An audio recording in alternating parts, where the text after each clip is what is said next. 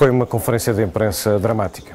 Dramática desde logo pelo discurso. O discurso do Ministro das Finanças foi bastante diferente dos anteriores. Ele assume uma linguagem de dramatismo, assume mesmo as expressões tais como uma recessão muito grave, chega a dizer que o dever de um governo é lutar para evitar uma espiral recessiva. Isto é quase uma confissão de que essa possibilidade existe, algo que nunca tinha sido admitido pelo Ministro das Finanças, mas o dramatismo está sobretudo nos números, ou naquilo que se espalha e se esconde atrás dos números, e nenhum é mais dramático do que o número do desemprego.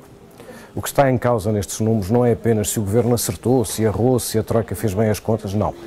O que está em causa é uma taxa de desemprego que cresce muito nestas previsões, 18,2% este ano, com um pico, supõe-se que no final do ano, de 19%, são números absolutamente dramáticos, e não só os números aumentam, como o desemprego se arrasta num ponto muito alto durante mais tempo.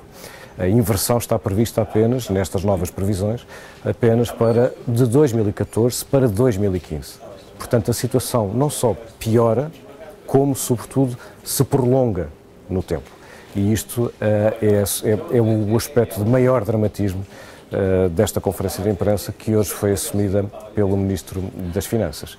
E é por isso que depois o próprio Ministro assume e confessa que é uma geração inteira que vai ser consumida pela austeridade. Temos austeridade por muitos anos e isso condena as próprias expectativas ou esperanças de crescimento económico, cujas novas estimativas são sempre de um crescimento relativamente curto, relativamente baixo, mesmo para os próximos anos.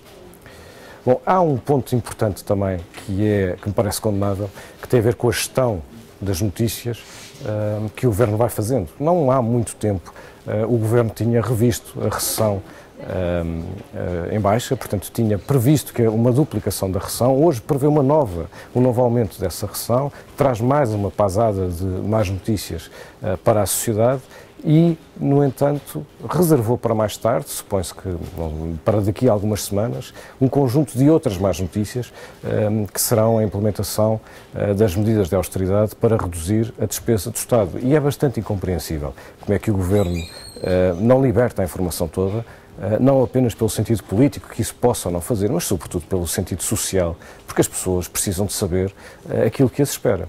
É quase ridículo que o Secretário de Estado da Administração Pública se tenha recusado a fazer qualquer comentário sobre quais são os seus planos para a reforma da Administração Pública.